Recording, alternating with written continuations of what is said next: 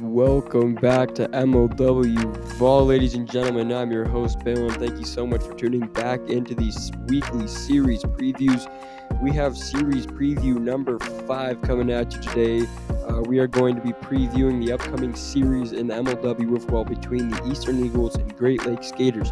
In this episode, we're going to be going over our projected lineups, our expected pitching matchups, pre-series standings, check-ins, storyline / what's up for grabs, and my official MLW Vault prediction at the end of the episode.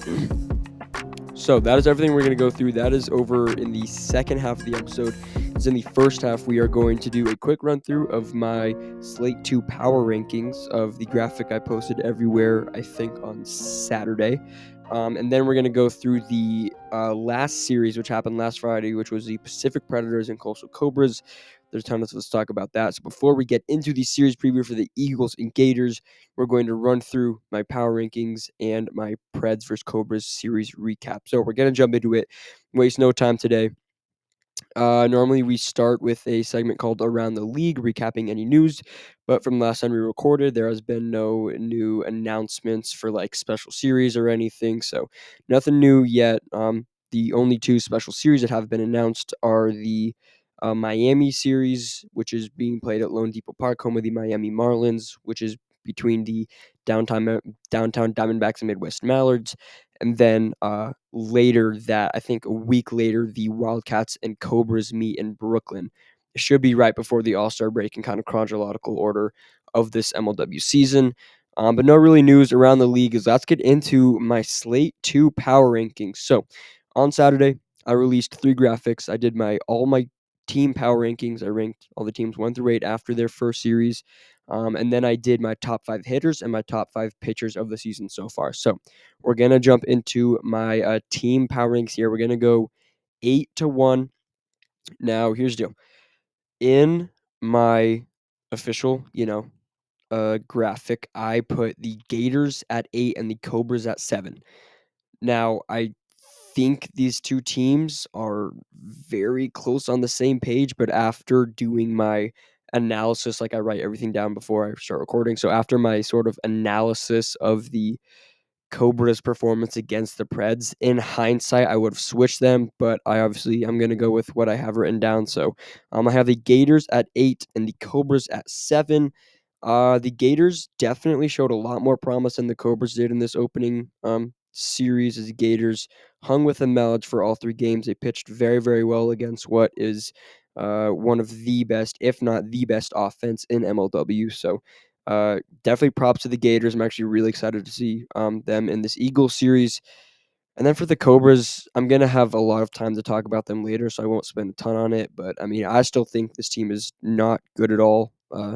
I'd be genuinely surprised if the Cobras end up making the postseason this season. But I have the Cobras at 7, then 6 and 5 at number 6. I have the Western Wildcats at number 5, with the biggest fall off, the Metro Magic at 5. So Wildcats at 6. They had a ton of growing pains against the Diamondbacks. They got hit around. I think the brightest spot of the Wildcats in their series loss, they did get a win, and that was the poise of Patrick Ballman. So obviously, we have expectations for the number 1 overall pick to perform well, just because he's the number 1 overall pick. And when it, of course, doesn't work out, you try to look for bright spots in the game. And I think what could possibly be better than results from Ballman is how much poise he showed, right? Because his first career start on the mound, he got hit around in the first inning. He didn't complete the first inning of his first start. But then he comes back in game 3 and then ends up pitching a win in game 3. So poise from Patrick Ballman, I think, is a very, very good point for him and the Wildcats. They should hold on to that. I'm not worried for the Cats personally. I think they would choke if they ended up missing the postseason to the Cobras, or I guess even to the Magic at this point. But leewaying here into the Magic, I have the Metro Magic at number 5, the defending champs, going from 1 to 5 after they got swept by the Eagles on opening day. We've talked about it, how this team had a very, very simple game plan throughout the entire season last year, and that was for RJ Walgate to pitch and be the best pitcher in the league, ended up winning the Cy Young, and then have him be backed up by Grant Miller, who's the best hitter in the league, right? And ended up winning the Silver Slugger. So when Walgate pitches well, to Cy Young level, and when Grant Miller hits to a Silver Slugger level, you really shouldn't lose a World Series if you have those two on the same team. So all of last year, they had that game plan work, and the only series that the Magic lost last year was when Grant Miller was gone. So that shows you how this team's game plan is so reliant on those two players to that we just saw. I mean, I think this series against the Eagles really exposed their depth, if anything, because if once Walgate gets touched up and he kind of, whatever gets in his head, maybe whatever, and then Miller doesn't hit a home run, they will lose all 3 games that day because they just really do not have that depth on the bench compared to other teams like the Diamondbacks or like the Eagles. So uh, Magic, I still have hope with this team. I have not came close to pressing the panic button for them yet. So Magic, I have a number 5 though, but they could be on the fall very soon. So at 4 and 3, I have the Pacific Predators at number 4. That means if you're keeping tally in your mind, my first, second, and third place teams are all in the National League. So 4, there's 2 leagues in MLW, the American League, the National League. Each league has 4 teams in it. 3, the top 3 teams are all coming from the National League side. That's why also I think the Gators have it very tough. But in number 3, I have the Mallards. I have them going down a spot for my opening day power rankings. So the Preds, again, I'll talk about them later, so I won't spend a ton of time on them. But for the Mallards, uh, it was shaky. They definitely didn't live up to expectations. They barely, barely beat the Gators in their series. In fact, only winning, that series by the minimum amount of runs you can. So, again, Mallards kind of a team similar to the Magic where I'm not worried about them at all. These Mallards are my World Series pick. I think Preston Colm was the bright spot. He got to I guess I'll talk about Preston Colm in a little bit, but, uh, they got really, really good looks from Preston Colm at the mound, which is honestly a game changer. And then they still have their, 3-headed monster on offense of Tommy Coughlin, Jordan Robles, and Brendan Jorgensen. To when they figure that out, of course, that's going to be disgusting. So, Preds at 4, Mallards at 3. That means I'm going to have the downtown Diamondbacks at number 2 and then the Eastern Eagles in the number 1 spot at 3-0. Talk about the Diamondbacks real quick. This team is very scary. They came out of the gun quick.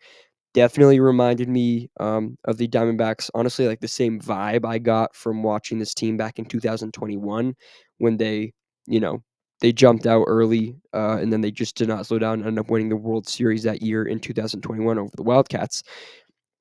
And it was just like that same kind of vibe where they didn't lose a series all year. They came out and had fun. Nobody could do it. Jimmy Norp was insane. So the Diamondbacks, I loved. I think they, with a series win, will, depending on how the Eagles go, the D-backs could take that number 1 spot if they really, really wanted to. But right now, the number 1 in my mind has to go to the Eagles. They are the runner-up this year, and they looked awesome. They got their World Series revenge and then some by sweeping them in all 3 games. And the Eagles, God, this team has like limited depth, but in the greatest way possible. Like not so much depth to where the Cobras have to manage 8 guys a series, but enough to where you have 6 good players that can like produce, right? You got Dallas Allen, who is in my mind the second best pitcher in the league right now. You have Daniel Schultz, who's a top 5 hitter to me. You have Zach Whalen, who can get on base a ton. You have Blade Walker, who's proven himself to be a pitcher in this league, starting in game 2. And then you have, of course, your Gaddis brothers, who are super underrated, and I think Landon adds a huge spark to this team. So Eagles got to be number 1. I'm going to talk about them, of course, later in this episode. But running through my Slate 2 power rankings, number 8, I have the Gators, 7, the Cobras, 6, the Wildcats, 5, the Metro Magic, 4, the Preds, 3, the Midwest Mallards, 2, Downtown Diamondbacks, and number 1, the Eastern Eagles. Okay, I know I said I would spend little time on this, but I get going. I start yapping here. We're gonna go over really quick my hitter and pitcher power rankings. So starting off at the plate with the hitter rankings at number 5, it was even a surprise to me, but it really kind of came down to the stats to the tiebreaker of this fifth hitter spot, and really more the fifth pitcher spot. But I have Mr. D Shizzle, Dirty Dan, whatever you want to call him, Daniel Schultz, at number 5 for me. He has I think 1,300 OPS right now, so he was by far the Eagles' best hitter. And I think I really, really like the role that he has grown into with the Eagles as a sole manager and hitter. It's a little sad to say the Daniel Schultz era of pitching is officially over. I think he's going to get some frames this season. I think there's no way they go all 15 games with just running Dallas Allen and Blade Walker. So, I mean, I'm not giving up on Daniel at the mound or on the mound, but I definitely love the new position he has as like kind of the sole leader, the manager, and honestly one of the best hitters on this Eagles team. So, I got Dirty Dan at 5. Number 4, I have Jimmy Norp. Um, he had a great series. I think he ended up with 2 home runs against Wildcats, a ton of RBIs. Wouldn't be surprised if he finished with over 10 RBIs. I'm not sure exactly what the final number was, but Jimbo, I mean, just so painfully consistent for his opponents. You know what you're going to get from him. And I think, it's all about keeping it in perspective. But in the one of the recent Pipe It Up podcasts went after the Diamondbacks series went on YouTube, they brought in Jimmy Norp and Casey Bennett, and Jimmy thought that this was the greatest Diamondbacks team of all time. And talent wise, like just dropping like perspective, yeah. I mean, I think that's the answer, but I think that goes for every team in the league of how like if you're going, straight up team by team, then yes, obviously, the talent in this league is the best it's ever been. It's only possibly only getting better. So, of course, any 2024 team could beat, essentially any 2023 team. I don't mean that, but um so I think about what's the greatest Diamondbacks team of all time, and my mind directly goes to 2021. Not really the year after that, although they won the World Series back-to-back years. So I don't think the 22 team is the best, but uh, in perspective of keeping it in the league at that time, the 2021 Diamondbacks are way better than this year's Diamondbacks in, again, perspective of the leagues.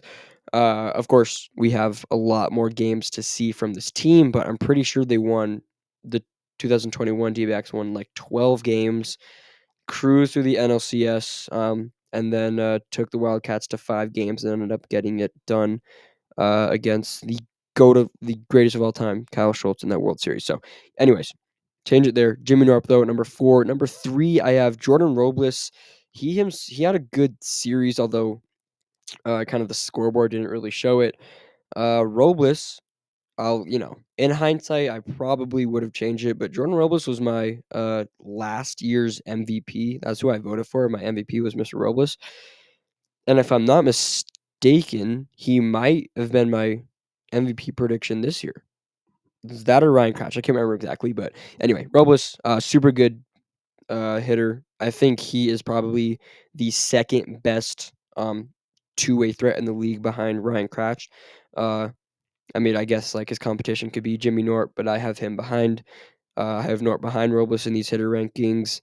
Then maybe Dallas Allen, but Jordan Robles number 3, and then this might be jumping the gun a little bit, but I'm just so excited for what his series held. It's Nick Saylor, I have at number 2. He had 3 home runs. If you look on the MLW website, not YouTube, the website, go to like stats, it's kind of hard to find. You find the stats. Nick Saylor right now, through the first 3 games of his season, is posting, I believe, a 2,450 OPS, which is insane. He had 3 home runs, a ton of RBIs for his team. I think they were both solo home runs in game 1, but the Wildcats scored 8 runs in that third game. So, but Nick Saylor I'm so glad to say, is the second best hitter in the league. I thought about it and I'm like, ooh, let's jump on the gun a little bit just because of how, I'll just be straight up, how rough his last 2 seasons were. After coming out the gate of his career. So, Nick Saylor, round of applause. hit the ball. He looked like vintage Nick, and I'm glad to see him back in that hitter position. And then number one, he just doesn't leave. I got Ryan Cratch as my number one hitter. He had 3 home runs. He's tied for Sailor for the most home runs. I think both Nick and Ryan had like a home run in all 3 games, so they have a current little streak going here. But I mean Ryan Cratch. Then again, strength of schedule. I think we could honestly keep in mind and say, oh well, Sailor hit off good Diamondbacks pitchers, and Ryan Cratch hit off Barron and Caden Irwin and Drew Davis, which we'll talk about. So, but nonetheless, I got to give it to Cratch. He is starting off his three-peat MVP season really good. Going to pitchers. At number 5, I got Preston Colm for the Mallards. He was 1 walk away from throwing a perfect game in his first kind of opening day start, if you will. As he did get a start last year, I'm pretty sure, for the Mallards at one point, but Colm looked disgusting. I mean, near perfection.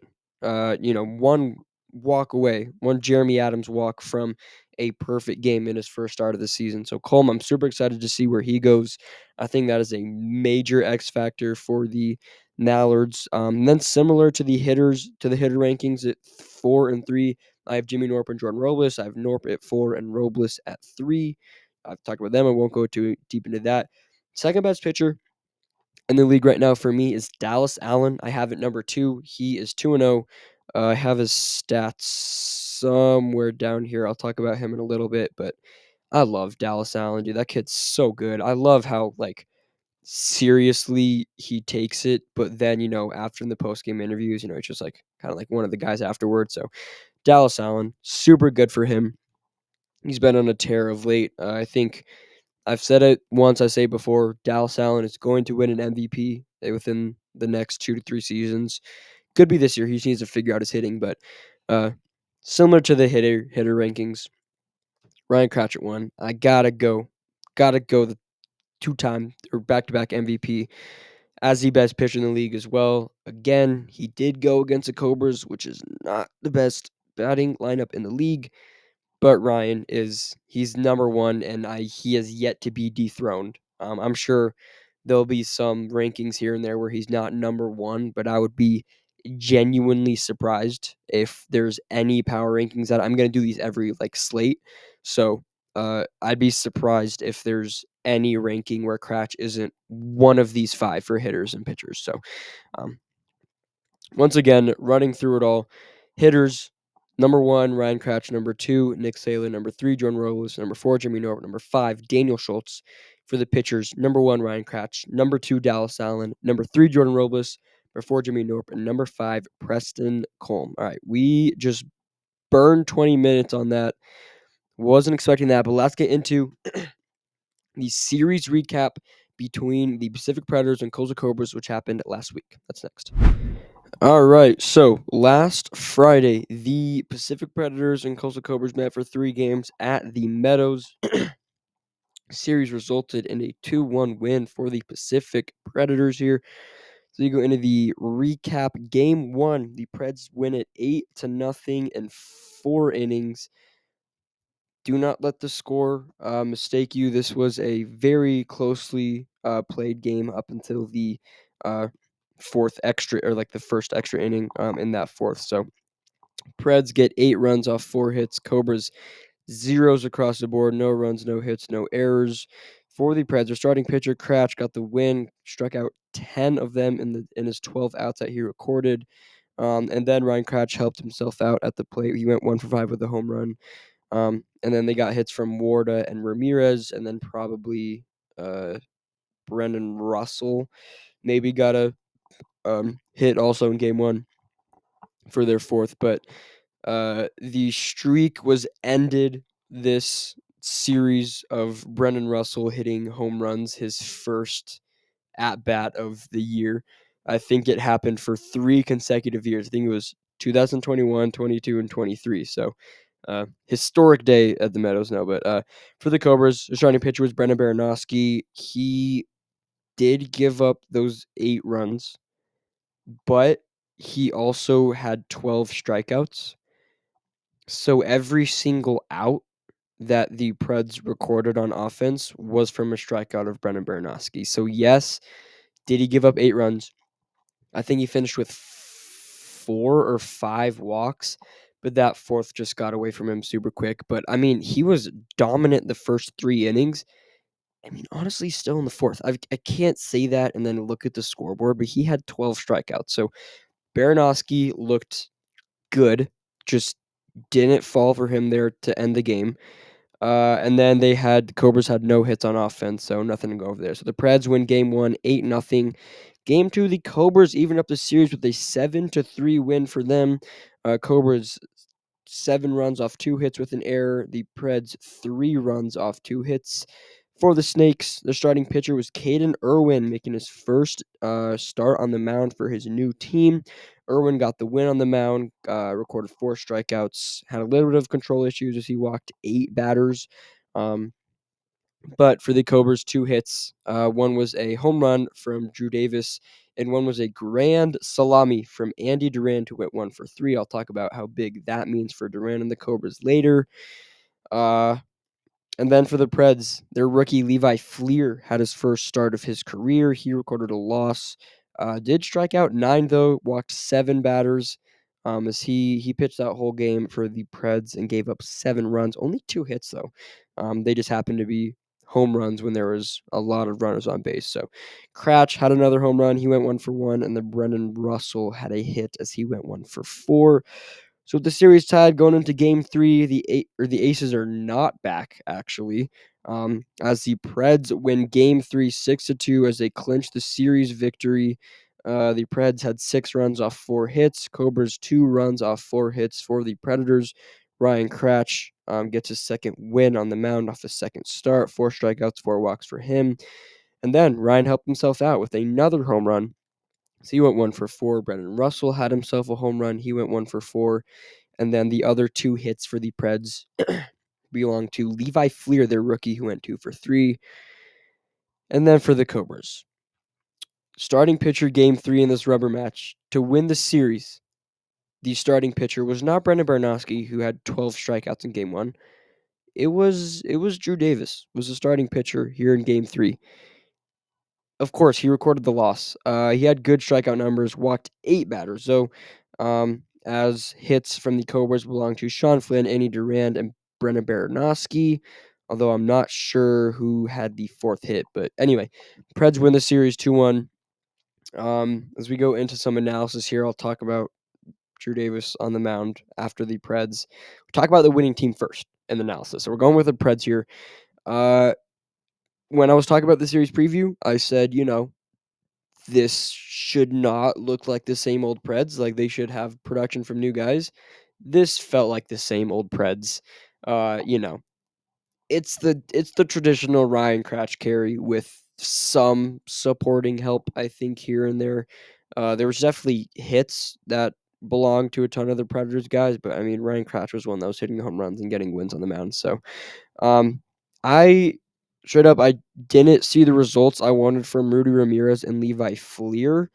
As I think those two are genuinely the 2 X factors for making the Preds the best team in the league. And we saw no Stephen McGlade at all. He did not show up. I'm not sure if whatever happened, but I mean, they ran with that 5 of Cratch, Warda, Russell, Ramirez, and Fleer. I think it's a good idea to have McGlade, although I think you should give the start to Levi Fleer kind of when in doubt. But going back to Ryan Cratch, his 3-peat MVP season is looking super strong. In Game 1, he looked like he was in mid-season comfortable form for himself because he was doing those like creative windups and doing like that missed timing when he was releasing the balls. Uh, uh, he, I get him doing that in like slate 4 or 5, even when the games don't really matter.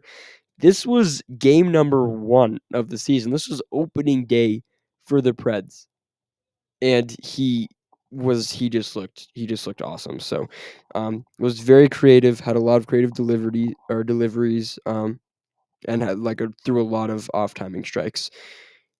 the Cobras rookie, Justin Nash, had a welcome to the league moment. He was sat down for Minecraft, did a little like hop and a skip or whatever as he struck him out. But overall, I think just the Preds are one piece away from getting on the level of the Eagles, Mallards, and Gators. I mean, Eagles, Mallards, and Diamondbacks, who in my mind are like the top 3 teams in the league. So they're away. They're not on the same level as those 3 teams, that's for sure. So they're definitely missing some pieces. Like I said, I believe those 2 pieces are Rudy Ramirez and Levi Fleer. Maybe bringing back McGlade a little bit. But the next series against Wildcats, which is definitely a winnable series for them. They should expect 2 starts from Patrick Ballman, 2 starts from Ryan Cratch, of course. But it's gonna come down to the depth, and I think right now the Wildcats do have them beat in that side, but you never know. Never with the Preds. But next up here, let's talk about the Coastal Cobras. Well. Cobras. Still don't like this team at all. I think because my expectations were in the dirt for this team, technically they surpassed that and went a little bit farther because they looked like a team that could kind of compete in this league. Um, so I my low expectations are kind of make my judgment a little blurry because uh, you know, I just wasn't expecting them, and they performed better than what I thought. So then I think that they're a better team than they actually are. But I got to stay grounded. Like if the Cobras and the Eagles meet right now, like those 2 teams are on such a different level. I don't know. Bottom line for this series and the Cobras loss is Drew Davis just continues to make bad management calls. So I agree with this. I heard this on this episode of Pipe It Up came out on Wednesday, the day I'm recording this. Uh, so they trade for Brennan Zerlag. They trade away arguably their best player, who was Sawyer Bean. He could have been their best player last season. So they trade him away just for Zerlag, who I think Zerlag should say himself that, he's not as good of a player that Sawyer Bean is. So they trade him away. They do all this stuff about talking crap with Sawyer Bean over, 4 episodes of the Pipe It Up podcast. They hype up Brennan Zerlag, and he doesn't get an at bat all series long. I don't know the whole story. Drew couldn't go on that episode, so we're not sure what happened there with why Zerlag didn't get uh, any playing time at all. But it's just confusing to me why, you go through all this trouble and he doesn't even play. That wasn't even the worst part, though. That was honestly a minor detail because I don't think Brendan Zerleg's that good. Drew Davis started himself on the mound in Game 3. He didn't give it to Brennan Baranowski, who is a former Cy Young and struck out 12 batters in Game 1. Didn't give it to Caden Irwin, who got a win. He got a win in Game 2, held the Preds to 2 runs, I believe, in Game 2. 3 runs in Game 2. So, a pitching win nonetheless. Got the job done for his team to win. But you don't go with Baranowski, you don't go with Irwin, and you start yourself in Game 3. And, he lost. Of course he lost. So, their offense looked good. I mean, they got to Levi Fleer in Game 2. Scoring 7 runs in a game is impressive. But I mean, against Ryan Cratch, they're just helpless. They scored in Game 3, which I'll give them that. They pushed across 2 runs in Game 3. I'm not sure how it happened. It wasn't by a home run. But just I don't know. I think I'll talk positively about this team for a sec. Bright spot, I always do one bright spot. Mine is Andy Durand in this series, just because for the reason to where Andy is a 2 outcome kind of batter. It's normally a strikeout or a home run that feels like it comes to the plate. That's the only really 2 that come from his at bats. And, he didn't play at all last season. Was a part in the Cobras making their run to the World Series in 2022. Um, and so, after, not playing for a year, I'm like, okay, he's gonna come back. He strikes out a ton. He's not gonna do that good. And he had a grand slam. So I liked Andy Durand a lot. He still looks like himself. I think he can still get a lot better on a ton of different pieces like to his game. Uh, but from his circumstances where he came from, I think this is definitely a win in his mind for kind of his career and him kind of easing back into the league. So, still had a home run, still had at least 4 RBIs. He might have pushed one more across some point in that series. But overall, for the Cobras, this team is still just not good. Brandon Baranowski is the best player on this team by far. Uh, and I mean, even him, he still gave up 8 runs and lost control. I've never seen Brendan Baranowski lose control quite like he did in Game 1. And obviously that was enough for Drew Davis to not start him in Game 3. But yeah, this team, it's not a recipe for success. I don't think they're following the right footsteps to make a deep run this season. Um, I think a lot of their fate is going to be decided by teams outside of them because, talking bad about them, Cobras are in second place in the AL right now.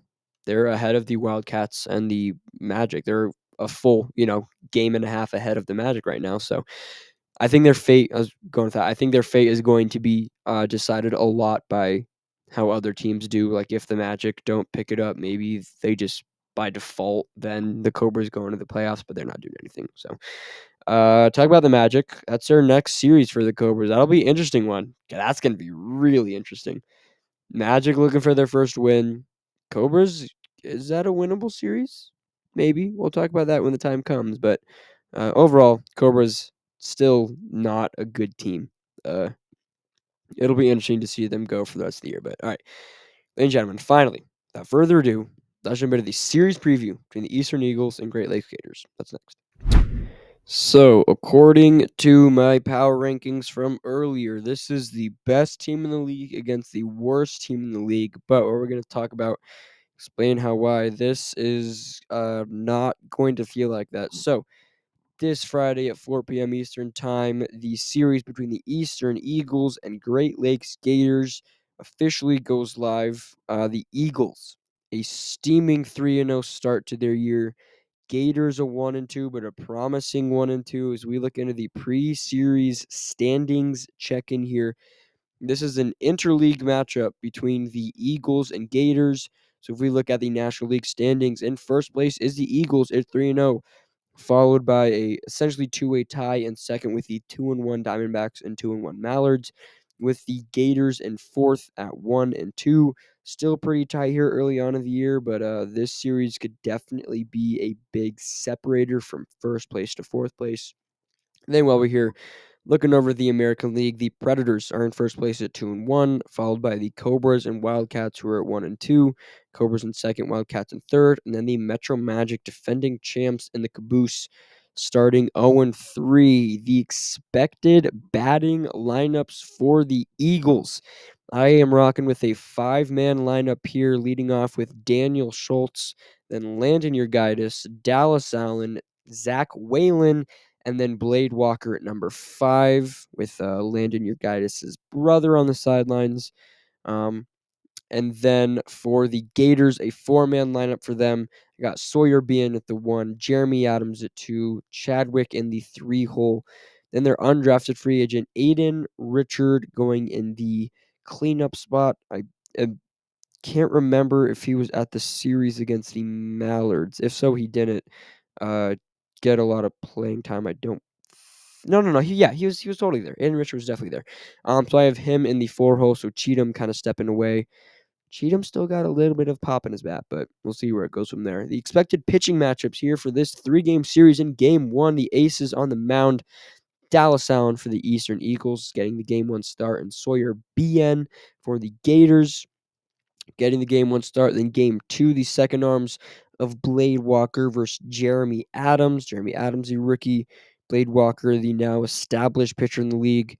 Then game three, the aces return between Dallas Allen and Sawyer Bean. So, jump to the series storylines here. Eastern Eagles are looking to establish themselves as the team in 2024. Last year, the team was the Magic, right? They're 5-1 after the first series. They're 7-2 at the break. Finished with 10 wins. They win the World Series. Eagles, with the series win, I think they established themselves as the team to beat this season. And I mean, on that, a sweep is very much attainable. The title of this episode is Can the Eagles win, or can the Eagles start 6-0? Yes, it is possible. If they, they don't even need to go to the best of their abilities to beat this team in 3 games. But another storyline, this is Zach Whalen's first series of 2024. He was unable to play on opening day for the Eagles against the Magic. But Whalen is a super, every time somebody talks about Zach Whalen and MLW, it's about, how like underrated he is. So I don't know if underrated is a word necessarily to describe Zach Whalen at this point for me. But I mean, he's a valuable player for the Eagles. He has a tremendous OBP. With how the Eagles are hitting after their first 3 games, with runners on base, they hit them home. Like I think the Diamondbacks do the best part of that this season, to where if there's a guy on, all right, we're gonna hit him home. We're gonna clear the bases. So Zach Whalen, that could be a big part for the Eagles.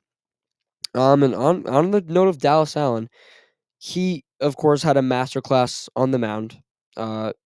He had a .50 ERA, so gave up half a run. Of course, 2-0 with a 1.83 WHIP. But at the plate, he is swinging a hot 0.91 average, so not even breaking 100. I'm sure he just had, I think it was one single was the hit he got in that first series, and he is holding an impressive 322 OPS. So Dallas, he has obviously really good pitching or really good hitting potential um, in his game, like in his bag, because we've seen him do that before. He's a super big bat in that World Series. And honestly, I mean, this was just a weird series for him, but I think he could be the best hitter on this Eagles lineup too, pretty easily. So um, I'm not telling them to do this, but I could see him. I could see Dallas Allen possibly not being put in the batting lineup for games 1 and 3, just to stay 100% focused on pitching and throwing strikes. But then really getting those maybe leadoff at bats in game 2. So uh, Dallas Allen looking for a little bit of a bounce back at the plate for him. Like I said, overall, this is just an Eagles establishment series. If they sweep, which they could do, they'd be 6-0 and really be in the driver's seat here in the National League and in the league in general. Kind of return to that number 1 spot in the power rankings for the second time in a row. So, switching gears here over to the Gators. They just continue their painfully hard schedule. You know, they. I was saying it's a very impressive loss for the Gators. I think that was something they wanted because the Mallards could have been the best team in the league at that point. So they had a good loss to them. They were outscored by 1 run all series. They lost by 1 run. They lost the series essentially by 1 run. But I just wrote down Sawyer Bien, but it is fun to see him be in this position in the league where he can truly show off, his talent with there being no strings attached, because he's the best player on the Gators. I think that's without a doubt. It could possibly switch over to Jeremy Adams soon, but right now it is Sawyer Bean without a doubt. He's honestly probably number 6 or 7 in my pitcher rankings. I just had to put my kind of 5th way tie for my pitcher power rankings. I had, Cratch, Robles, Dallas Allen, and Jimmy Norb in the pitching rankings, but number 5, I was between Preston Colm, Blade Walker, and Sawyer Bien. I mean, it was tearing me apart. I was really tough to make a decision there. I just kind of ultimately came around to the stats, but I think Sawyer Bien could be a top 5 pitcher in the league without a doubt. As it's really good to see him, like I said, grow into the true player that he can be, without having, any like manager attachments for him. So, um, I'm looking forward to Jeremy Adams coming back. His encore didn't get the win when he started on the mound. But of course, it was a one-loss win, so we still had a pretty good outing.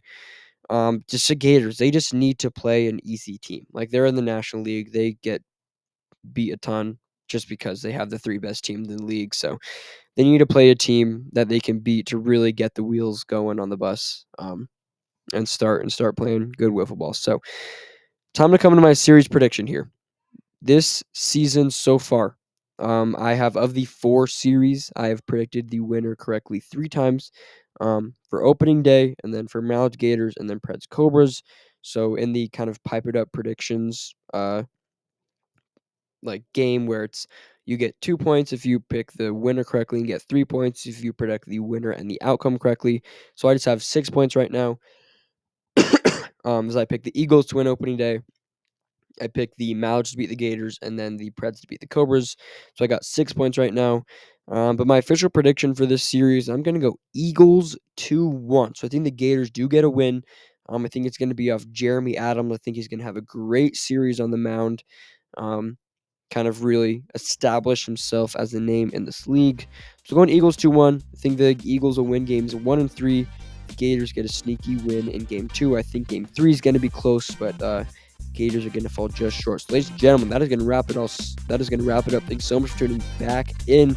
Be sure to tune in to Eagles versus Gators coming out this Friday at 4 p.m. Eastern Time on the MLW channel. This one's going to wrap it up. Thank you so much for tuning in. I will see you all next time. Peace.